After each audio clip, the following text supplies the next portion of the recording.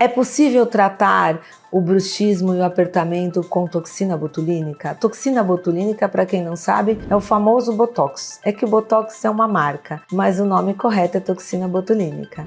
Esse paciente pode lançar mão desse recurso, mas é algo coadjuvante ao tratamento. Na verdade, esse paciente precisa entender qual é a causa, qual é o gatilho do bruxismo e do apertamento. Normalmente está associado com outras áreas da saúde que precisam atuar junto, além da placa rígida e lisa que é usada pelo paciente que tem esse hábito deletério e parafuncional.